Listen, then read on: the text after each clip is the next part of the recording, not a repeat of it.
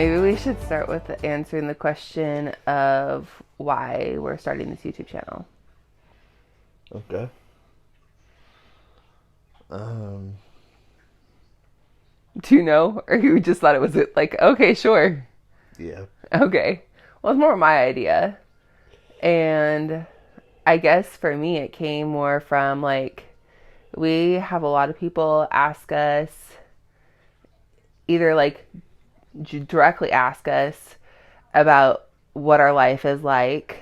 Um, or we have people who like clearly don't get it and kind of say sometimes rude or hurtful things because they just don't get aspects of our life. And so I thought, given that we're going through such a season of transition right now, it'd be kind of fun to just open the doors and be a little bit more open about the uniqueness of our life. I don't know. Does that make sense? Yeah. I think having a kid with special needs definitely makes our life more interesting than what people realize. Yeah. Like for instance, last night, Henry threw up and then had a huge bout of diarrhea, and it sent us into a tizzy of like, okay, is this like a normal kid with a bug? Is this um, like a heart related thing? Is his intestines not getting enough blood perfusion, and so his stomach can't digest food and it's rejecting food? Did he get into something? Did he eat something bad? Like, with a 3-year-old, it's really hard to tell. Yeah. But it just makes like the stress levels of raising a toddler that much more difficult because it's like it always adds that level of like, is there something wrong with his heart? Yeah, and that's something we always have to be vigilant and keep our eyes out for. Yeah. So that's definitely an aspect of uniqueness to our lives. And then the other aspect is, I think our parenting journey is really impacted by our health journey. And for me, I have a handful of well, probably 2 handfuls of diagnoses at this point, but none of them really explain my day-to-day life and why it's so hard, and none of them actually give me an answer to get better. Um, I have Ehlers-Danlos syndrome with dysautonomia, which is a connective tissue disorder that makes my ligaments more, well, all of my connective tissue, more stretchy than it should be. And as a result, joints are injured more easily. But also, it impacts a lot of other weird things because your whole body is full of connective tissue. Um, and then as a result of that connective tissue acting atypically, it causes neurological weirdness, which is where the fatigue and weakness and other weird things come in, because my brain is confused by the fact that my connective tissue doesn't work properly. And then on top of that, I've had a whole bunch of extra symptoms happening over the last, gosh, now almost 4 weeks now, Mm. 4 to 6 weeks, Yeah. that we just can't really make sense of. I've been into the doctors for a ton of blood work. I've been having palpitations, and they did a Holter monitor to try and figure that out. Um, so it's all kind of a mystery right now, which I guess makes for good TV. Yeah, for me, I've had issues with my ears since I can remember.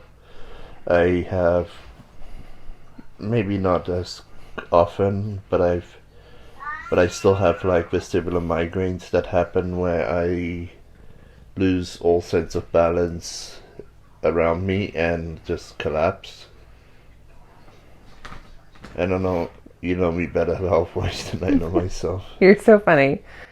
I'd say day to day, the stuff that impacts you the most is probably um, the impact of growing up in an abusive and neglectful childhood Yeah. and working through the healing process of that. Even though you're out of that abuse, you find yourself feeling like you're still in it a lot. Yeah. So I'd say that's probably a big thing for you. Yeah, your ear definitely still is still a part of our family story. Um, but I think health wise, maybe you're one of the healthier ones right now. It's just working through the head games. And then we have a 4 month old who's totally healthy. Yay! Her name is Elle. Oh gosh, next week she's gonna be 5 months old. Yep. That's crazy. Um, so that aspect of our journey, and then we just got a fixer upper. It's our first home, so we're so excited about that. Oh, Suki's gonna come say hello. He'll probably be featured on here quite a bit. This is my cat Suki. We've had him since the day he was born. He's 14 years old. Well, we'll be 14 next month, huh? Yeah. Yeah. He's pretty healthy still. And he purrs really loudly. Huh. I'll show a video of that later. We also have 2 dogs. And we're currently in a 700 square foot apartment, which is really tiny. And so we're super excited about moving into a bigger house and having space and our own laundry. When Henry had his open heart surgeries in Houston, we had a pet sitting business because it afforded us the flexibility to go to the hospital when he needed to and to be present but still make money. And we had developed a pretty massive pet sitting business. We were bringing in like $4,000 to $5,000 a month, with like dog walking and house sitting, which is pretty huge. And then COVID hit, and we went from an overbooked spring break to 0 clients in a matter of 7 days. That was really intense. Yeah, I can still. So we were asking the question, what do we do next? How does this impact us as a family, and what is the plan moving forward? Because Henry was still, he was stable, but he wasn't. There was still a lot of hospital stays at that point for Henry. Last year? Yeah, the year before, last year was no. Last year's when we lost our pet sitting business. No, it was the year before, 2020. Yeah, this is 2021. Oh. That happened in 2020. I thought we were in 2022. I lost 6 months. So I remember we were like wanting to come to Trinity, but we didn't know how financially to make that happen. So you wanted to come to school at Trinity, and we wanted to move up here to North Dakota, but we didn't know how to make that transition financially because we had this pet sitting business, and it was kind of just the perfect storm of events. Because of COVID, yeah, we lost our pet sitting business, and that was devastating for at least a day or two. We were in a pretty big frenzy of like, what do we do now? But then really like within weeks, the government made the announcement that small business owners like us could claim unemployment, which made a huge difference in that moment. But then also it made a huge difference in making it possible for us to move up here. Yeah, and it's been great being up here. Really life changing. Yeah, so we both went to school this last year. I went to business school, and you worked on your gen ed so you could get an American approved bachelor's degree. Mm-hmm.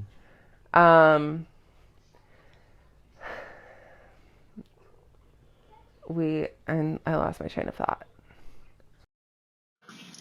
Well, I never found my train of thought. So let's go on a house tour.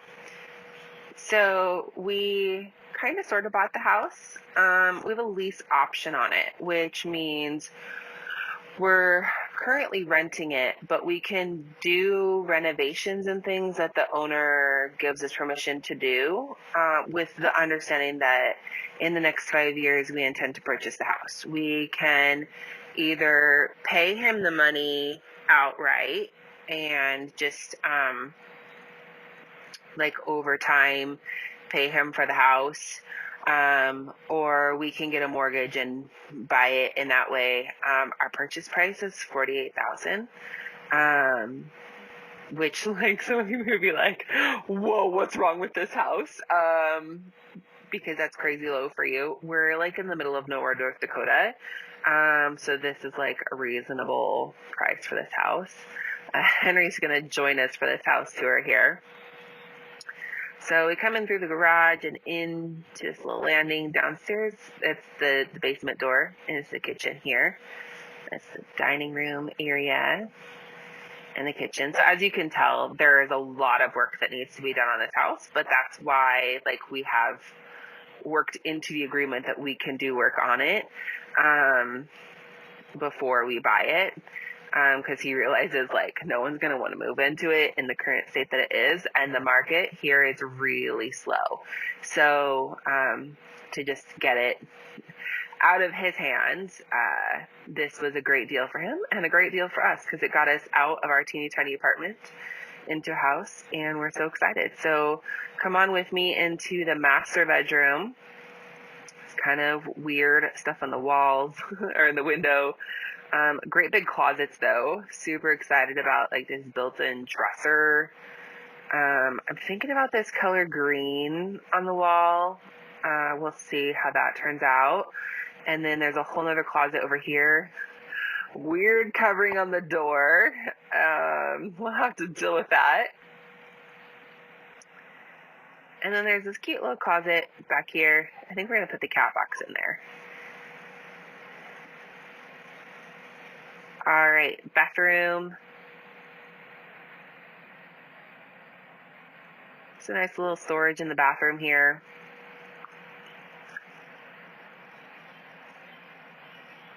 If you notice how many holes are in all the doors and how many screws are in the walls, we've decided that forever in our family story, this house will be called the Screwy House, because we've removed probably well over 150 screws from all the walls and patched probably at least 300 holes.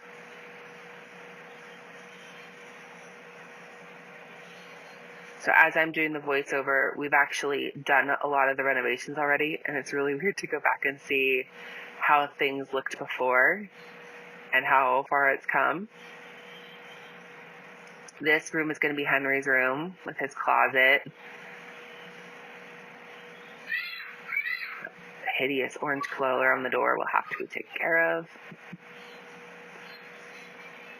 Just grab the light here, and then I'll take you on down to the basement. I'm in love with that great big bay window in the living room.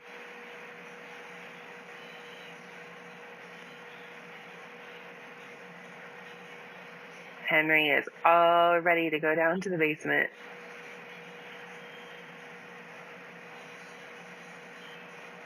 I wish I had zoomed in on that sign right here, but I was trying to help Henry down the stairs. And I think right about here, he says, "Mama, hold my hand." So that sign says, "Caution, head damage may occur," or something like that, because it's really low. And right there is the bathroom. So we are hoping to do some floor plan changes in the future so that we can actually raise that area and not hit our heads. Because it actually, like when you're standing on the stair where that's an issue, it actually comes to my shoulder. So it's like really awkward to get down the stairs. So this room we're going to make John's gaming room area where he can record his videos. Laundry room. Oh, I missed that washer. That washer died like shortly after we moved in. We had to get a different one. And it does not have the same capacity that that one did. Hi, Henry. It's got a oil heater, this massive, gigantic thing. and we're going to get that removed. And then behind me, I don't know if you saw, is a gas heater, hot water tank. And we're going to get that gas heater installed in its place. Gas is cheaper, and then it'll take up so much less of the footprint inside the house. This is going to be, it's all plumbed up, ready for a bathroom. So we're probably going to make that like an ensuite master bath and put the closet there in that area for the master here, and then either like a nursery or an office or something over there. But for right now, this whole area is just serving as like a office, video editing, music room. Essentially my space that I don't really go in because there's also no lighting down there. Be something we'll address in the future. All right, and then back up the stairs, and I'll show you my garden real quick too here. I am so proud of my garden because I've never been able to keep plants alive long enough to harvest, and I feel like I'm really set up for success here. So you've got tomatoes and peppers and onions and squash and so many tomatoes. So we'll see how it goes. Thanks for joining us on this episode of Growing with the Groenwalds. We'll see you next time, where we're going to talk all things business related. Make sure you hit that subscribe button so you can get notified about the next episodes that we have coming about progress on the house and all the other updates about Growing with the Groenwalds. Thanks for watching with us, and if you're excited to see what we do with this little bit of a dump of a fixer-upper, be sure and hit that like button. Thanks for watching.